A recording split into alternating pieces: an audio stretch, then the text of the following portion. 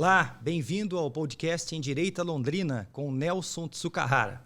Hoje no episódio, duas mulheres incríveis da cidade de Londrina. Vamos ao currículo delas. Juliana Flores, cristã, casada, mãe de 2 filhos, um deles, que é o Isaac, deficiente e diagnosticado com uma doença ultra rara. Em razão disso, ela se aprofundou no universo da maternidade atípica e das doenças raras, para auxiliar mães e famílias na mesma situação. Formada pela UEL, é pós-graduada em gestão de pessoas, neuropsicopedagogia, programação neolinguística e psicanálise. Também coautora do livro A Colecionadora de Milagres, em parceria com a jornalista Rosângela Vale. Bem-vinda, Juliana. Muito obrigada, Max. Boa tarde, seu Nelson. Boa tarde, Célia. E nossa outra convidada, Célia Andrade Tomaszewski, também cristã, casada, mãe de 2 filhos, formada em pedagogia e também em assistência social, eleita conselha tutelar de Londrina no ano passado. Bem-vinda, Célia.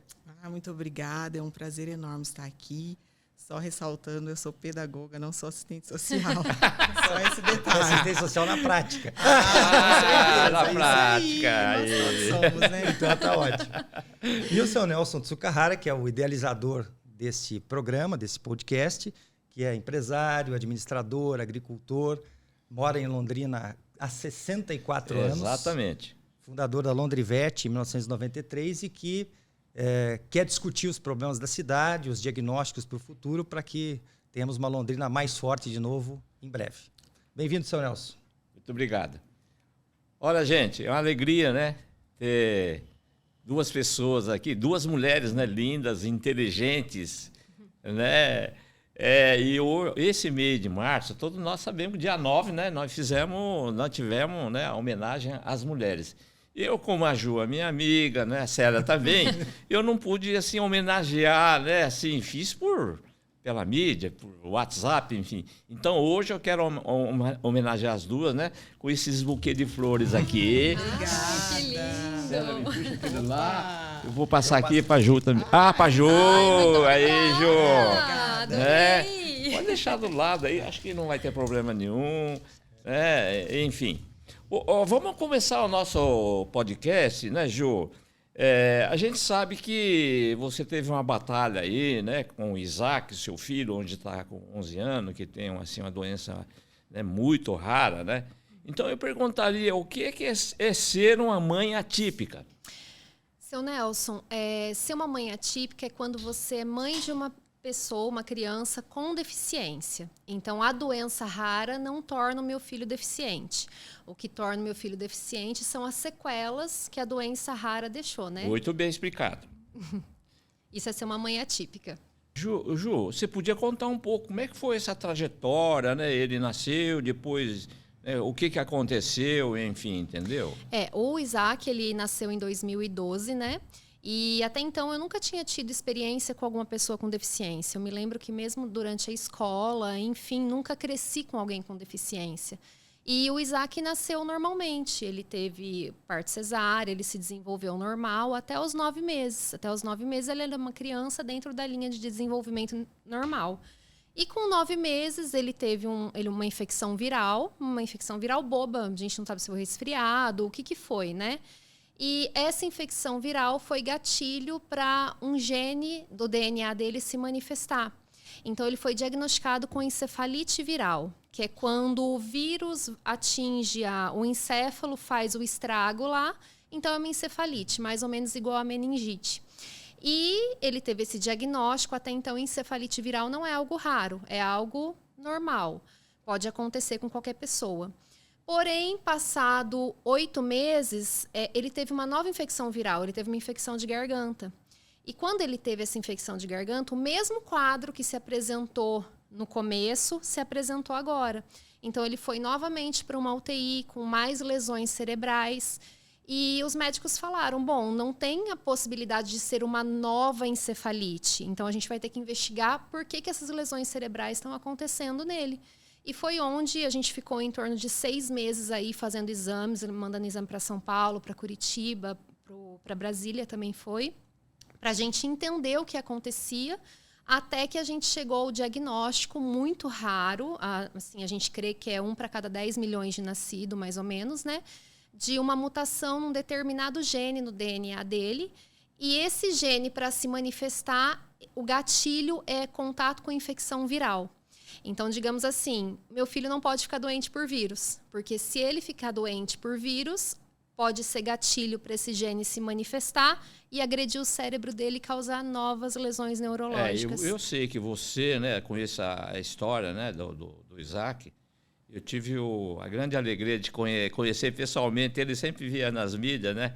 Mas ele é muito engraçadinho, é muito legal o Isaac. Então, assim, você teve um desafio muito grande, né? Você e o Val, né, que é o seu marido, né, com essa doença rara, né, do Isaac, né? Então, me conta, eu sei que você passou momentos difíceis, me conta um pouco disso. Nós estamos na quaresma, né, que é tempo de sofrimentos, enfim, né? Enfim. Seu Nelson, eu nunca imaginei que passar por tudo que a gente passou, mas a gente nunca sabe o que a gente vai passar, né? E eu digo assim, foi tudo muito difícil, porque a gente não sabia quem procurar. Quando o Isaac saiu com 9 meses do hospital, ele estava lá todo sequelado, sem movimento, parecia um vegetal, uma planta. A gente não sabia o que era um fisioterapeuta, a gente não sabia o que era um terapeuta ocupacional, o que era um fonoaudiólogo. A gente não tinha noção que a nível cerebral não havia uma regeneração. Existe uma neuroplasticidade, mas não uma neuroregeneração assim igual os outros órgãos que a gente tem, né? Então, tudo isso a gente teve que ir aprendendo. E eu digo assim que talvez o mais difícil fosse o diagnóstico, porque o nosso foi relativamente rápido, porque eu creio muito em Deus, eu tenho fé, então eu creio que Deus foi direcionando todo esse caminho para o diagnóstico. Mas a gente vê que dentro das doenças raras, a principal dificuldade é você chegar a um diagnóstico. Achar o diagnóstico. Exatamente. Porque você tem vários sintomas, aí para cada sintoma você procura um especialista, o especialista quase nunca conhece, não sabe que eles estão interligados. E que aí você fica naquele desespero. Exatamente. O que está acontecendo com o meu filho? O que ele tem, né? Isso. Porque a gente quer saber a causa, o que né? Enfim, mas hoje o Isaac está bem, eu vi ele esses dias, né? Nós nos encontramos, ele está bem agora, né? Dentro do quadro dele, era para ele estar morto. Meu Deus. Dentro do segundo quadro, era para estar vegetativo, porque a clínica dele não condiz com a imagem de cabeça dele, então a imagem de uma pessoa vegetativa. Então, dentro do quadro que ele tem, ele tá maravilhoso, eu sou muito feliz com ele. Eu tô vendo que você tá radiante, né? Eu falo que ele é meu pacotinho de amor. Marcos, vamos conversar com a Célia agora? Não, e como o nosso assunto também é mulheres em geral, né? Essa história da Juliana é uma história mais pessoal também, mas envolve as mulheres. Eu queria saber, Célia, assim, o que você vê como o maior desafio que as mulheres enfrentam hoje, de uma forma geral? Assim, seja no trabalho, seja na vida familiar, porque é inegável que muita coisa mudou, mas muita coisa mudou para pior. Né? Então, assim, tem a questão do feminismo, tem a questão das relações familiares fluídas, né, ou diluídas. Então, qual que é o quadro que você trata, assim, pela tua experiência, né, de pedagoga e também na prática de assistente social? Eu acho que o primeiro desafio é a gente entender o que nós somos, né? Quem somos, né? A nossa identidade. Desafios, eu acredito que nós temos diariamente, né? E hoje eu estou conselheira tutelar, eu vejo as dificuldades da mãe, né? Com todo essa mudança, essa questão realmente da mulher, ela ter o seu papel dentro do lar, mas ao mesmo tempo ela também ter que sair para o trabalho, né? Ela ajudar, ela vir somar ali os esforços, talvez com o seu companheiro, né? Com o seu esposo, ou talvez ela como uma mãe solo. Eu creio que esse desafio de conciliar trabalho, família, filhos, educação, né? Hoje até vai muito de encontro que a Ju disse, né? O despreparo que a gente não está preparado, né? A gente não tem aí um índice que a gente vai falar, olha, nós vamos fazer assim, assim, assado. Não tem receita, né? Isso, não tem a receita, isso mesmo, é a palavra certa, nós não temos a receita, né? Então, é um desafio diário, eu creio que é um processo também diário, né? Eu concordo com você, porque a gente viu, né, as nossas mães antigamente eram donas de casa. O desafio delas era dentro de casa ali, né, cuidar da casa, fazer a alimentação, né, cuidar da roupa. e acompanhar os filhos, né? Assim, na educação. Mas também mal acompanhava. Eu não me lembro de minha mãe me ajudando a fazer tarefa, não, Ju. A gente tinha que se virar, enfim, né? Mas hoje, né, a mulher, assim, tem um desafio muito grande, né? Porque ela tem que ser dona de casa, tem que cuidar da casa, ainda tem que... Né, que fala, muitas trabalham fora, né? Hoje o mundo é muito exigente, então... Eu acho que nessa jornada, vamos dizer assim, da vida atual, a mulher sofre mais do que o homem. Porque o homem vai, né, para o trabalho, vai lá e tal. Apesar que os homens hoje está um pouco diferente, eles ajudam em casa também. Mas na minha época não era assim, né? O cara ia trabalhar, ele era o provedor e os papéis chegava... eram mais definidos, né? É, exatamente. Isso. Então, não é fácil, não. Eu acho que o grande problema começou, seu Nelson, quando veio o apogeu do movimento feminista. Porque daí a mulher quis começar a encontrar o lugar dela, o espaço dela. Então, ela trocava o marido, trocava os filhos pela carreira. Então, quando houve essa troca, houve uma troca de identidade. Ali ela se perdeu quem ela era. Não que eu seja contra a mulher trabalhar. Eu acho que a mulher tem que trabalhar, ela tem que buscar. Mas o primeiro ministério, o primeiro dever dela é a casa dela. Se a casa dela estiver bagunçada, não adianta sucesso nenhum no mundo. Pois é. Então, eu acho que é isso, né? Eu acho que E aí a gente entra na questão dos valores, né? De valores cristãos e tal, porque o que acontece é que nessa escolha, entre aspas, que tem que ser feita, se você não tem valores sólidos em relação a o que é o mais importante e o que não é, uma hierarquia, aí confunde tudo. É justamente essa questão. Você troca o marido e os filhos pelo trabalho porque rende mais, entendeu? Digamos assim, na prática, né? E o grande conflito, eu creio, que é a competição, né? Infelizmente, que o feminismo criou uma competição da mulher com o homem, né? Ao invés da mulher vir, né, com a questão de somar para dentro de casa, com os esforços com o esposo, né, diante desse mundo, né, que tudo hoje é caro, né? O acesso não é tão fácil a tudo, né? Eu creio que é mais restrito, acho que para todos, né? E, então, acho que é essa competição que é o que realmente prejudica a família em si. Exatamente. A gente vê muitos casais, o nível de descasamento que existe aí é muito grande, porque é difícil conciliar, acaba aparecendo muitos conflitos, né, financeiros, familiares, enfim, né? E muitas vezes o homem não entende também isso, né?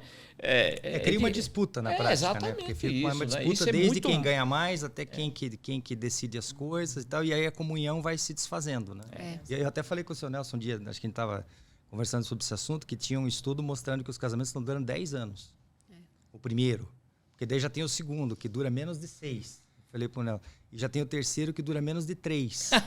Então, quer dizer, você veja, é um índice alarmante, mas claro que ele não é oficial, né? Porque também gente que juntou, você não casou e tal. Mas por quê? Justamente por isso, porque você não tem casamento longevo. Né? Eu mencionei com o Nelson que um dia eu fui numa reunião de ex-formandos, né, da faculdade, e tinha 80% divorciado. 80%? Entendeu? Muita coisa. Então, quer dizer, é assim que funciona. Então, Não, tem aí um lá na quinta esposa, o outro... Ô, Max, aí é o seguinte, eu fico pensando nas crianças, nos filhos que é o grande sofrem prejudicado. É o grande prejudicado de tudo isso, né? Porque aí vem a tal da família mosaico, né? Que é aquela que daí tá o divorciado, que daí junta com outra pessoa divorciada, e tem 2 filhos daqui, tem um dali, tem um de lá, aí tem os meio-irmãos, né? O enteado e tal. E isso, a chance disso funcionar é 1%, né? Você pode, tem uma família que... Ok, mas vocês têm adolescentes que vieram de pais e mães diferentes que vão ter que conviver obrigatoriamente naquela casa ou naquela cidade. Isso não funciona, é evidente que não funciona, né? E aí começa a ter todos esses problemas graves que acontecem. E, Max, eu falo uma coisa. Aonde existe uma mulher muito autoritária e muito forte, entre aspas, existe um homem frouxo que não entendeu o papel dele.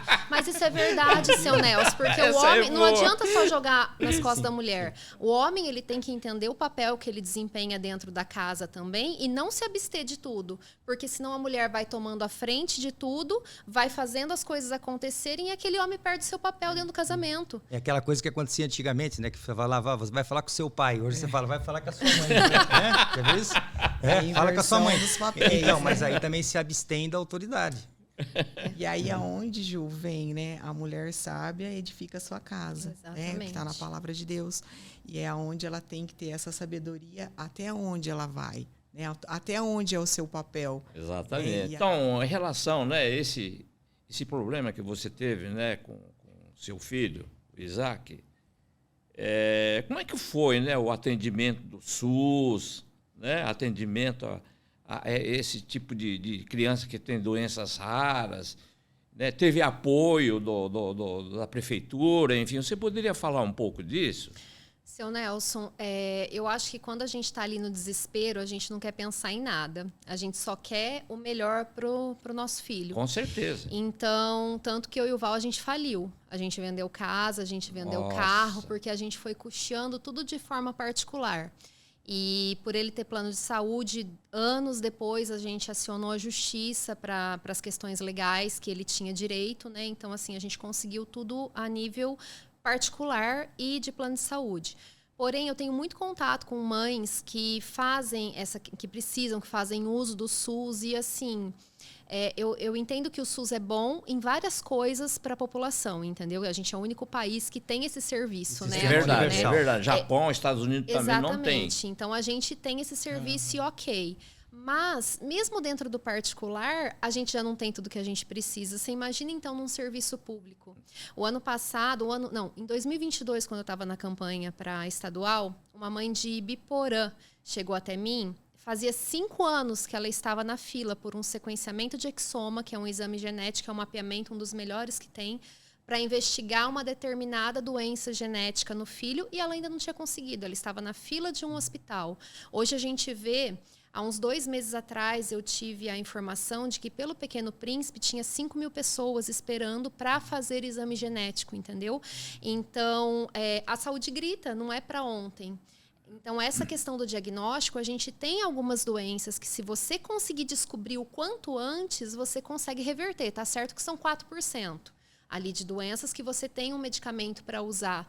Mas essa questão de diagnóstico, do teste do pezinho, teste da orelhinha, isso vai deixando muito a desejar. A gente já está implantando, mas assim, a passo bem curtinho, entendeu? Mas então é totalmente desatendido as crianças que são, né, ou pessoas que têm deficiência, então... bom, na verdade, assim, nem as coisas triviais não são bem atendidas, imagine, né? A gente tem alguns pontos hoje, que nem a Casa Hunter, a Casa dos Raros, a gente tem agora o Hospital Nossa Senhora dos Raros, que são pontos que estão voltados para a questão de doenças raras. Eu nunca fiz uso, porque como começou lá desde 2012, 2013, que a gente vem com essa questão do Isaac, a gente sempre foi indo tudo muito pelo particular. E o caso do Isaac, não adianta eu ter um acompanhamento, porque ele já tem esse diagnóstico fechado, não existe o que eu faça, não existe tratamento, não existe nada. Então, eu não preciso fazer uso de alguma coisa assim, desse acompanhamento pelo SUS, porque eu já tenho tudo judicializado. Então, Ju, eu fiquei pensando aqui agora, cá comigo, né? Não sei se vocês viram aí, né? Lá no Congresso, né, o deputado federal ou senador, ele tem uma verba, um limite de até 150 mil para fazer tratamento dentário. Você imagine, né? É um absurdo isso. Eu acho que, sabe, tem assim coisas que estão, né, tá totalmente, né? Eu acho que tem que haver assim, né, uma equalização, né, disso. É muito benefício, né, que os políticos têm, enfim, né? E muitas vezes, né, tem esses casos que são desatendidos, né? Eles não dão remédio. Eu vejo, olha, campanha para comprar remédio para uma pessoa que não tem dinheiro. Até o remédio controlado, né? Da farmácia. Né? Então, eu acho assim que tem que acabar com isso, né? Aí eu vejo aqui, por exemplo, né, o Marcos, esses dias em Londrina aqui, né, os caras aí aprovando lá na Câmara, lá, né? Salário de 20 mil, né, lá para o auxiliar, ou sei lá, gerente financeiro na Câmara, né, ouvidor é o próprio vereador que tem que ouvir a população. Para que precisa de ouvidor? 15 mil reais, né, enfim. O outro da comunicação, enfim, só aí dava mais de 50 mil. Bom, pega esse dinheiro aí, vai aplicar na saúde, na educação, em ações sociais, né? Então, olha, assim, a gente fica indignado com isso. Eu fico indignado com isso, entende? Olha aqui, seu Nelson. Faz umas 3 semanas eu recebi um vídeo no Instagram, eu até compartilhei lá no meu Instagram, de uma mãe de uma menininha com a amiotrofia medular espinhal, a AMI. A gente sabe que dentro da AMI a gente tem alguns tipos. E o tipo dessa menininha, eu não vou me recordar agora qual que era, mas ela precisava tomar, eu acho que usou o Gesma, se não me engano. Eu não lembro qual que era o medicamento para a AMI. E ela tinha entrado via judicial contra o Estado, se não me engano, e tinha sido liberado, o dinheiro estava para comprar, porque são medicações muito caras, acho que é perto de 400 mil, se não me engano. E isso ela tinha que tomar a cada 4 meses. Já estava depositado o dinheiro e o juiz não tinha assinado ainda. Então, assim, a menina precisava do remédio, ela estava perdendo funções neurológicas a cada dia que não tem como recuperar, porque o juiz não tinha assinado ainda para esse dinheiro poder ser usado para comprar. São os absurdos então, que a gente vê mesmo aí. que depois Pela burocracia jurídica, essa mãe inclusive. entre na justiça por danos morais para Não adianta reclamar, mais, né? não adianta, a criança já perdeu aquilo, ela não vai recuperar. Então, assim, eu vejo tratando a questão de saúde, a questão das doenças, como se fosse algo não trivial, mas assim, um aumento de salário, compra disso ou verba para aquilo. Não é, a saúde não pode esperar. Ela tem que ser feita na hora que é necessário mesmo. Você tem que ser proativo, Tem que né? ser proativo. É o Exatamente. quanto nos revolta, né? Nós sabemos aí que a nossa cidade, realmente, a questão da saúde, nós temos crianças que estão na fila de espera há quanto tempo, há quantos anos para um neuro, que é o que a gente tem visto mais aí na área da saúde, crianças que necessitam de uma especificação de uma cadeira de roda diferente, né? Então, e nós temos aí, claro, o Ministério Público, que é onde a gente encaminha para que essas mães possam ter esse amparo legal, né, e que isso possa acontecer de uma forma mais rápida, mas mesmo assim ainda há uma morosidade. E aí vem todos esses acontecimentos e revolta, né? Vamos partir para outra pergunta aqui, Marcela? Não, vamos sim. Não, é que os assuntos estão todos interligados, né? Sim. Como a gente está falando de mulheres, assim, em geral, né? Eu queria saber de você uma avaliação sobre a participação das mulheres na vida pública. Que aí não significa necessariamente cargo eletivo, mas em todos os meios. Tem crescido, né? Mas ainda é certamente menor do que o desejável. Mas, claro que ela é difícil por todos esses desafios que a gente já falou antes. Com certeza. Como é que você avalia, assim, e especificamente aqui na região, em Londrina? Eu acredito, Max, que nós estamos num tempo diferente, né? A Ju mesmo está sempre comigo. Aí a gente vê como as mulheres estão se identificando mais, elas querem fazer sim a diferença. Né? A gente tinha um grupo de mulheres, a gente tem uma reunião que nós fazemos, antes era semanal, agora é mensal, com mulheres cristãs, né? Mulheres que realmente querem fazer a diferença na nossa sociedade. Muitas não tinham noção, porque a maioria são donas de casa. Com certeza. Então, elas não tinham noção do que está acontecendo no mundo, né? E só aquela, vamos dizer assim, vivendo naquela bolha ali, né? Da família, mas sabendo que a gente, nesses encontros, nós temos levado, né? Ouvi-las também, né? Quanto necessidades que elas possuem, mas também abrir os olhos para o que elas podem vir a fazer, a somar. Então, eu acredito que agora, para agora, né, nós vamos ter mais mulheres interessadas tanto na política como na vida pública mesmo e no geral, e sendo mais participativa. Eu acredito que é um novo tempo mesmo de mudança, de mulheres atípicas, né, Ju? Com a gente. Eu estou vendo realmente, né, que a participação das mulheres, vamos dizer assim, tanto na política como em outras áreas, ela está caminhando. Antigamente a gente não via nada disso, né? Era totalmente machista, vamos dizer assim, eram os homens ali, né, e tal.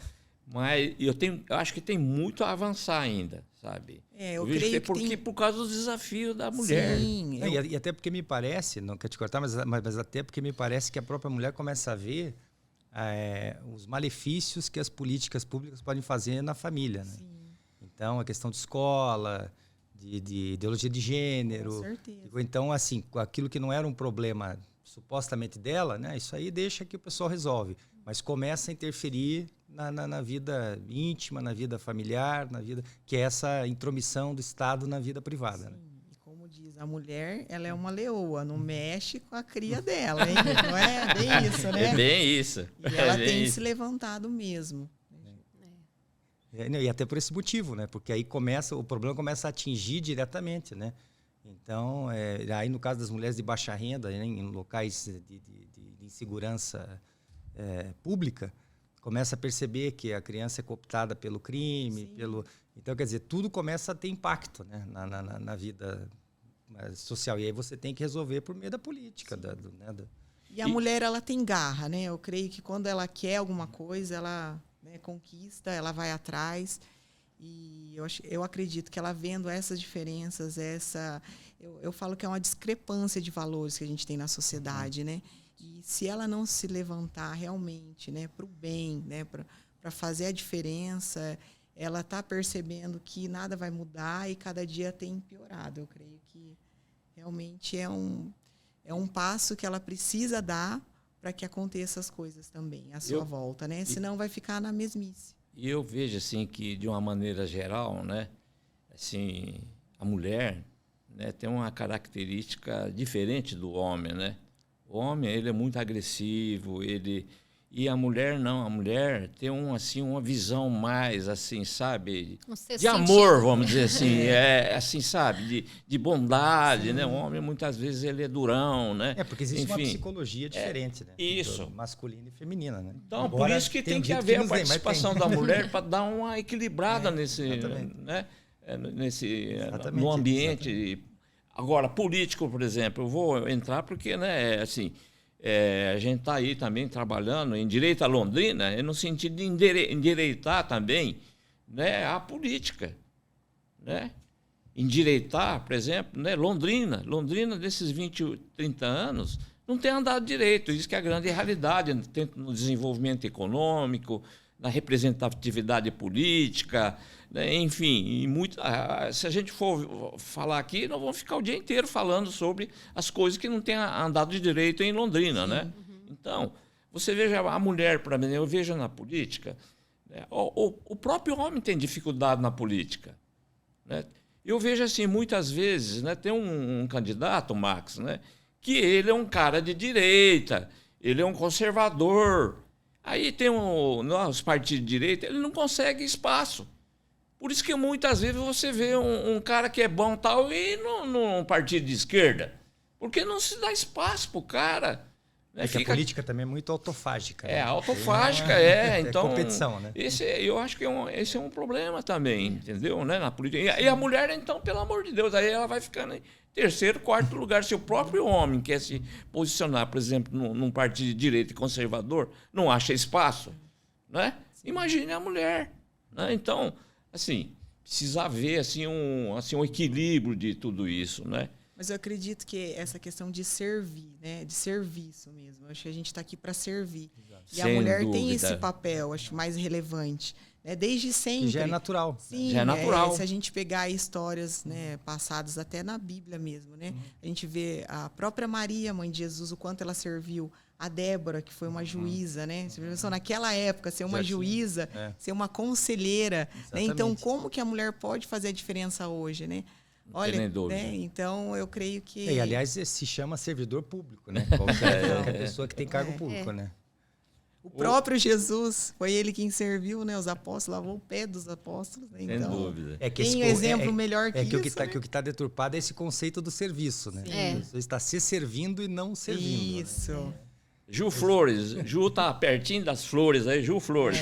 Ju, como a gente pode ajudar as mulheres a descobrir o seu real valor na família, no trabalho, na vida pública?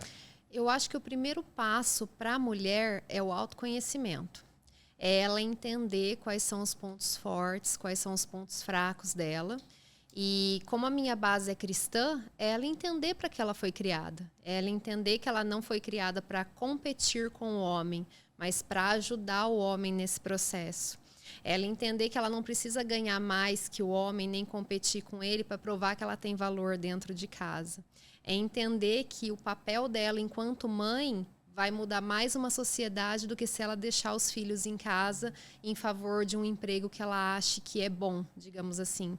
Então, o primeiro passo eu acho que é o autoconhecimento, ela entender quem ela é, que ela não é o trabalho dela, ela não é o que ela faz, ela é aquilo para qual ela foi criada, entendeu? Primeiro ministério, família e maternidade. O resto depois. Eu acho que esse é o primeiro passo. Mas será que todas as mulheres têm consciência disso? Não. Então, o que nós devemos fazer é fazer com que, né, as mulheres...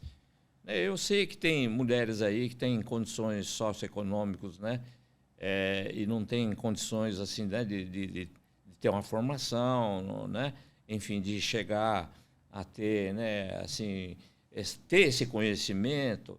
Mas eu acho que seria importante, né, que a gente, como você falou, você, né, Célia, está fazendo uma reunião uma vez por mês, está dando formação, informando elas, né, formando elas, né, para que realmente elas também, como nós dizemos aqui, né, qual o valor real, né, da mulher na família, no trabalho, na vida diária, né, para saber, assim, ela saber compaginar tudo isso, equilibrar tudo isso. Separar o joio do trigo, né, nessa Seu questão Nelson, aí, né? assim, ela não precisa ter um nível de vida financeiro alto para fazer isso. Eu mesma eu dou aula para mulheres dentro do ministério no qual eu estou inserida. Então, elas pagam somente o material, que é o livro ali, que é coisa básica e parcelado em várias vezes, é coisa de R$100, cento e pouquinhos reais, entendeu? Ela precisa querer, sabe aquela coisa, quem tem boca vai a Roma? Sim. É mais ou menos isso. Se ela quer, não está satisfeita com a vida dela. Então, eu vou buscar algo. Eu estou à disposição, a Célia está à disposição, a gente tem um diretório de mulheres aqui dentro do qual a gente participa que está à disposição para ajudar, seja qual for a condição daquela mulher, né? Hoje o tema é Mulher Edifica uma Nação. Né? Exatamente, Que Mulher legal, Edifica uma Nação. E quem der, e assim, a gente se espanta de falar hoje isso, né? Para as mulheres. Que é um privilégio ainda aquelas que não pôde sair para o trabalho, estar dentro de casa, poder assistir os filhos, assistir a família, né? Saber que as crianças vão ter uma estrutura, né? com a educação ali da família emocional. dela, emocional, que é o que hoje a gente tem aí tantos transtornos, né? Que a própria política não tem dado conta, né? de assistencialismo ali. A gente sabe, hoje a gente tem pesquisas que falam que cada 30 crianças, uma vai nascer autista. Então, isso é muita coisa. Meu Deus. Se você for pensar. Né? E qual é a estrutura que a gente tem? Quem vai cuidar dela, né? Isso. E qual é a estrutura que a gente tem para essas famílias? Né?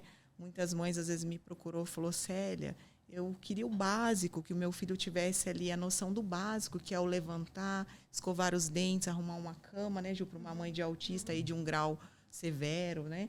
E aí ela fala, a gente não tem isso.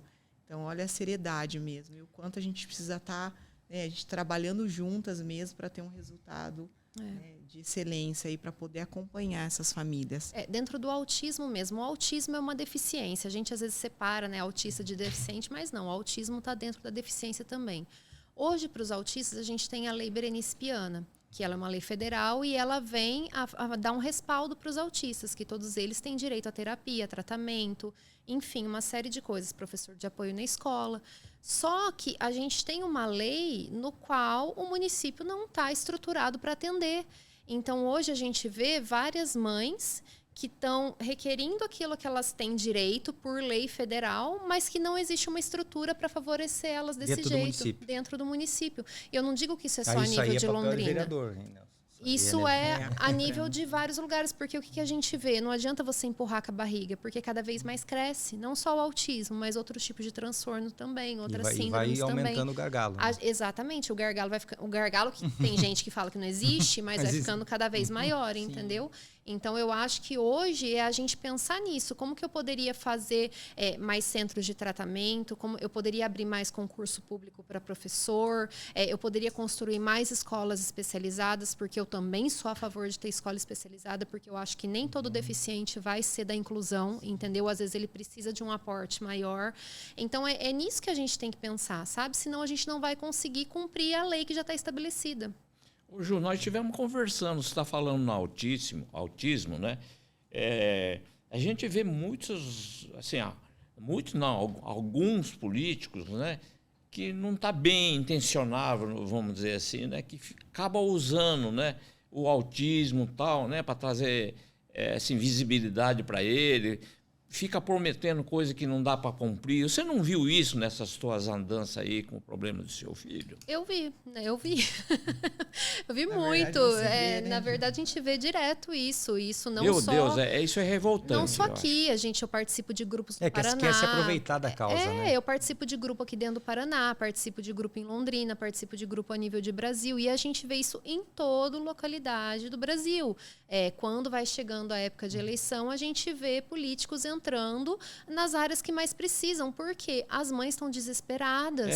Porque elas querem agarrar qualquer coisa ali que tem, né, para, vamos dizer assim, resolver, né, melhorar a criança, enfim, né? Exatamente. Não é algo fácil, seu Nelson. Então, assim, eu vejo que é hipocrisia você falar, eu vou chegar e vou defender. Não precisa falar isso. Fala assim, eu vou ajudar no que eu tiver capacidade. Então, assim, a gente saber que a gente pode contar com alguém que ajude lá dentro, entendeu?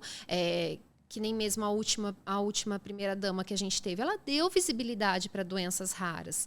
Pode não ter sido muita coisa, mas ela deu visibilidade, acabou tornando um pouco mais fácil, as pessoas conseguiram entender. Você está falando da Michelle Bolsonaro? Da Michelle Bolsonaro, entendeu? Então, assim, ela deu visibilidade para doença rara. Porque era um não assunto, né? Não tinha esse assunto. Não tava tinha, na pauta, não estava na pauta, entendeu? Então, você surdos, saber... né? Da comunidade surda. Dos surdos, da comunidade surda. Então, assim, não é você resolver o problema, porque é muita coisa que a gente precisa resolver, mas, assim, é você saber que você tem alguém que te representa ali dentro, que vai estar levando apoio. as suas pautas, que vai te dar um apoio, entendeu? Não que somente vai usar a tua causa para se eleger. Olha, então, a população, eu acho que, né, principalmente as pessoas que têm esse tipo de problema na frente, tem que ficar atento, sabe? Porque, na verdade, são aproveitadores políticos, né, que querem usar essa causa aí para ter visibilidade. Não, ele não está para ajudar, ele está para, né, trazer proveito para si próprio. Mas tem muita mãe ligada já. Que bom, né? Isso é bom. Vamos ficar esperto, porque né, agora, né, nas eleições de 2024 fica aparecendo, né, um monte de... Igual eu vi uma vez, o cara chegou lá em São Paulo, numa comunidade lá, né? Ele apareceu lá prometendo mundos e fundos, né? Enfim, né? Aí depois... quando chegou a época dele, apareceu de novo o pessoal que saiu com um pau atrás dele, jogando pedra. Eu achei bem feito, né? Por que você foi? Exatamente. Prometer e não cumprir, não dá certo. Exatamente. Né? O cara aparece na hora, né, da eleição, se elege, depois aparece só daqui 4 anos lá, querendo voto de novo. Os caras pegaram o cara de pau. Achei cobrar, muito. né? O cara saiu correndo, o cara com pau na mão, jogando pedra no cara. Eu falei, toma, rapaz. Célia, a gente está caminhando para o fim, mas eu queria falar sobre, assim, em tese, né, sobre o Conselho Tutelar. Sim. Que você foi recém-eleita, né? Sim. Inclusive, daqui a pouco nós vamos conversar num outro episódio com a Letícia Menegon, que foi a mais votada, né, do Conselho. Assim, para saber basicamente o que você já tem de diagnóstico, qual que é o quadro geral, qual que é, assim, que é a principal função e qual que é o principal problema, o desafio que vai ter pela frente. Então, é uma realidade que a gente muitas vezes só ouvia falar, né? É diferente, agora nós estamos ali na situação, vivendo aquilo, né? Mas essa questão realmente de estruturação familiar, né? A base da família, qual é essa base, né? Quais são os princípios, o caráter. Com certeza, a ligação das políticas públicas é muito importante, é um desafio grande. Ter atividades para essas crianças, para serem assistidas, né, na forma da lei mesmo, assistidas integralmente, né, na saúde, no esporte, no lazer. E nós, como agentes, todos nós somos agentes protetores, né? Todos nós temos que fazer a proteção dessas crianças. Perto da gente, todo mundo tem ali uma criança, um adolescente. Sem dúvida. E que a gente possa realmente, como eu acredito, pelo menos pelo poder público, pelas políticas, né? Pela sociedade mesmo, a gente ter um pensamento de estar ali para fazer a diferença no sentido de o que seria melhor para essas crianças, né? Igual a gente tem na Zona Sul, um exemplo, né, que é o qual eu estou ali. Falta estrutura realmente de ter projetos para as crianças, né? O esporte, né, salva muitas vidas, sim.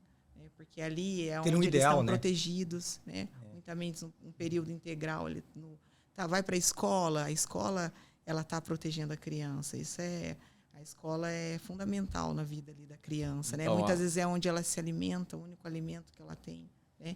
A proteção ali integral que ela está naquele momento. E depois, para onde ela tem algo nesse meio tempo, o que ela vai fazer, né? Se o pai e a mãe precisam sair para o trabalho, ou talvez, é igual a gente tem falado, a mãe solo, né? Então, é necessário a gente ter esse olhar diferenciado mesmo. Né? Na verdade, é assim, né? Eu acho que a família é a base fundamental do ser humano. Né? O que a pessoa, né, desde criança, viver na família, de princípios, valores, né, o pai e a mãe, vai refletir na vida toda de uma pessoa, né? Assim como a falta deles. Né? Exatamente. A falta dele. Então, você veja bem, eu acredito assim que o grande problema, por exemplo, da criminalidade no Brasil está muito ligado à desestruturação familiar. Você não acha, Célia? Com certeza. Né? É o que essa criança vive, né? E o que a gente pode dar se a gente não teve também. Ninguém né? dá o que não tem, né? Então, não aprendeu, não teve exemplo, não teve, com né? certeza. Então, aí eu vejo também o seguinte, na verdade, você falou uma coisa, né? O político, vamos dizer assim, que tem o poder de legislar, enfim, ou um prefeito, um governador, né, que tem a caneta na mão, temos recursos, né, deveria, assim, tá servindo todas essas questões. Eu acredito, assim, como a Ju falou, não se resolve tudo, né? O próprio Jesus falou na Bíblia, né, pobre sempre eu terei, mas a gente pode amenizar isso. Agora eu vejo, né, assim, eu vejo muito, porque, assim, você como empresário, você está ali, tem 100 funcionários, né, você tem que servir eles, está ali para cuidar deles, né, fazer com que a empresa vá bem, porque ele possa ter um salário, que ele possa sobreviver, atender todas as necessidades dele. Eu acho que o político tem esse papel com relação também, o prefeito, o governador, o presidente, né, de estar pensando nas pessoas, né? E a gente vê que assim, não acontece isso. Né? Assim, eu vejo, tem bons políticos, tem, mas são minoria. Né? Eles estão sempre olhando no umbigo deles. Eu vejo assim, né? Eu fico vendo aqui na mídia, no Instagram, no Facebook, né? Por exemplo, eles ficam, né, assim, sempre tá ali, onde tem um evento, eles estão lá, pula de um evento para outro e tal. Será que ele vai lá ver lá? Né, na ponta, o que está acontecendo, né? Não vai, eu duvido que os caras vão lá, viu? Olhar, vai lá, sei lá, no União da Vitória, ou vai lá, né, nas periferias, escutar. Eu não vejo, eu vejo só ele. De manhã ele estava num evento, não sei o que lá, outro lá fazendo o discursinho deles. Né? Puxa vida, né? Vai olhar quais os problemas que tem. Né, trabalhar, assim, né, resolver tudo não vai resolver. Sim. E eles são assim, existe uma renovação, entra o político novo, né, um vereador novo, ele entra no mesmo modo operante dos outros. Parece que a doença pega, e eles vão fazendo a mesma coisa, brincadeira, faz alguma coisa diferente. Isso se chama espírito público. Espírito público, tá. Espírito público. Não. Deveria ter o espírito público. Aí a falta de espírito público dá nisso aí. Então, por isso que a gente tem a gente tem essa condição de fazer essa avaliação aí, de tempos em tempos, né? De realmente saber quem que está comprometido. Aquele que está ali na ponta, que está sabendo, né, do que realmente tem tantos acontece. problemas, né, assim, para melhorar, minimizar, né, os problemas da família, né, das pessoas. E eles ficam lá, sabe? Eu fico indignado com isso. Principalmente ter essa visão da coerência, né? Sim. Daquilo que foi prometido, daquilo que foi entregue e principalmente da teoria e da prática. Né? Porque mesmo do lado conservador ou progressista, você tem aproveitadores, né? Então, assim, gente que se aproveita da causa. Né? Então, você promete muita coisa que você sabe que você não vai conseguir cumprir, que não está na tua alçada, né? Não é nem da alçada, às vezes não é nem da competência constitucional, né?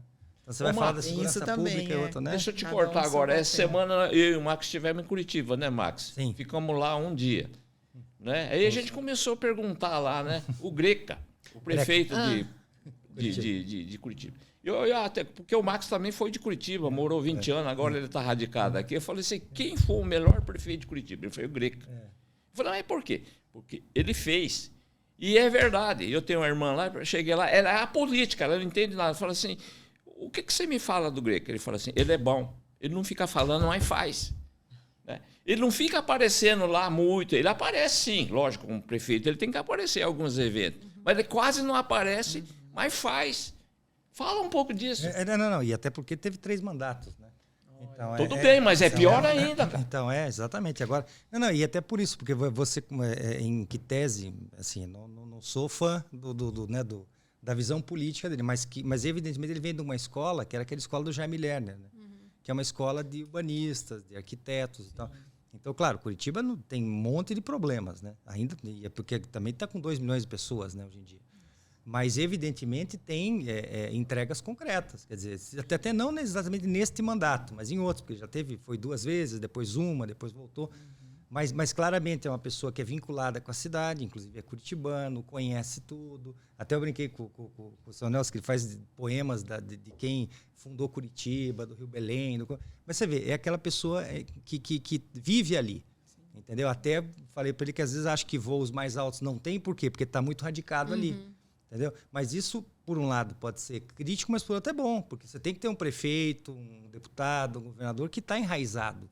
Né? Porque Max, aquele inclusive, pode ser cobrado na rua. Entendeu? Max, não é para dizer, mas eu, por exemplo, eu cheguei com 9 anos aqui em Londrina. Quer dizer, Então. eu estou 64 anos, veio do meio rural para Londrina. Construí toda a minha vida aqui. Né? Eu tenho enorme gratidão, né, e amor pela cidade. Agora você está vendo agora, né, por exemplo, né, Ju? Vem uns estrangeiros aí, vem um de Cambé, vem um de Andirá, vem um de... Qual que é o de outro? Ourinhos. Daqui a pouco vem um de Maringá aqui, querer ser prefeito, sei lá.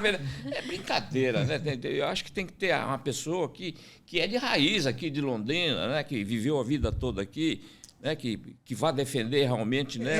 Porque independente até do local, tá? O que é importante é ter o comprometimento com quem vai ser atendido, né? E é mais rápido, mais difícil você ter se você não viveu aquilo, se você... Entendeu? Tem um exemplo até ao contrário, perdão, que é o do Tarcísio, que é o governador de São Paulo. É verdade. Que ele é do Rio de Janeiro, ele é carioca, né? Agora, ao contrário do que acharam, ele estudava o estado de São Paulo, até porque ele foi ministro. Então, até contei para o Nelson uns detalhes assim, nos debates que ele teve com o Fernando Haddad na eleição e tal, porque tentaram colar nele a pecha de estrangeiro, de que não via e tal. Ele conhecia mais o estado do que o Fernando Haddad. Mas por quê? Porque ele ia nos locais. Que aí a diferença é que assim, não é onde você nasceu, mas o que você faz. E ele comprovou por A mais B, não, mas eu vou lá em São José dos Campos, fiz aqui o metrô. Aí ele que começou a pegar no pé do que era paulistano raiz. E não, porque você é um carioca que veio aqui. Não, mas eu não venho aqui, eu vim aqui 100 vezes fazer... Então assim, o importante não é exatamente o local, mas é o comprometimento. Sim, exatamente. Porque nesse caso ele era comprometido. Ele falou, eu não sou paulista, mas eu vim entregar 100 obras aqui como ministro. Ô Max, eu acho que a grande questão é se a gente, enquanto cidadão, tivesse a paciência de buscar a história de cada um que está se apresentando para concorrer a um cargo público. Não votar por impulso. Né? Não votar por impulso. Tem aquele. Quantos para prefeito que eu tenho? Tenho 5 candidatos. Beleza, vou estudar a história de cada um. O que cada um fez durante a caminhada? Então tá. Não tem como uma pessoa mudar de uma hora para outra. Exatamente. Então, se você vê que a pessoa já vem de uma vida que não tem coisa muito certa, não tem muita gente que fala bem, poxa, você fica com a antena ligada, entendeu? Da mesma questão para um vereador, para um deputado, para um senador. Enfim, olha a vida da pessoa. Aí a gente não vai ser enganado. A gente é enganado porque a gente quer.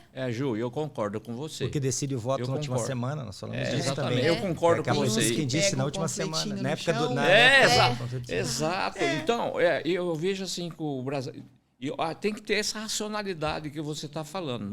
O brasileiro ele vota muito pelo emocional. Sabe, por exemplo, não digo agora que as mulheres agora estão espertas, mas aparece um candidato bonitão lá, falando, vou votar no Toninho porque ele é bonitão.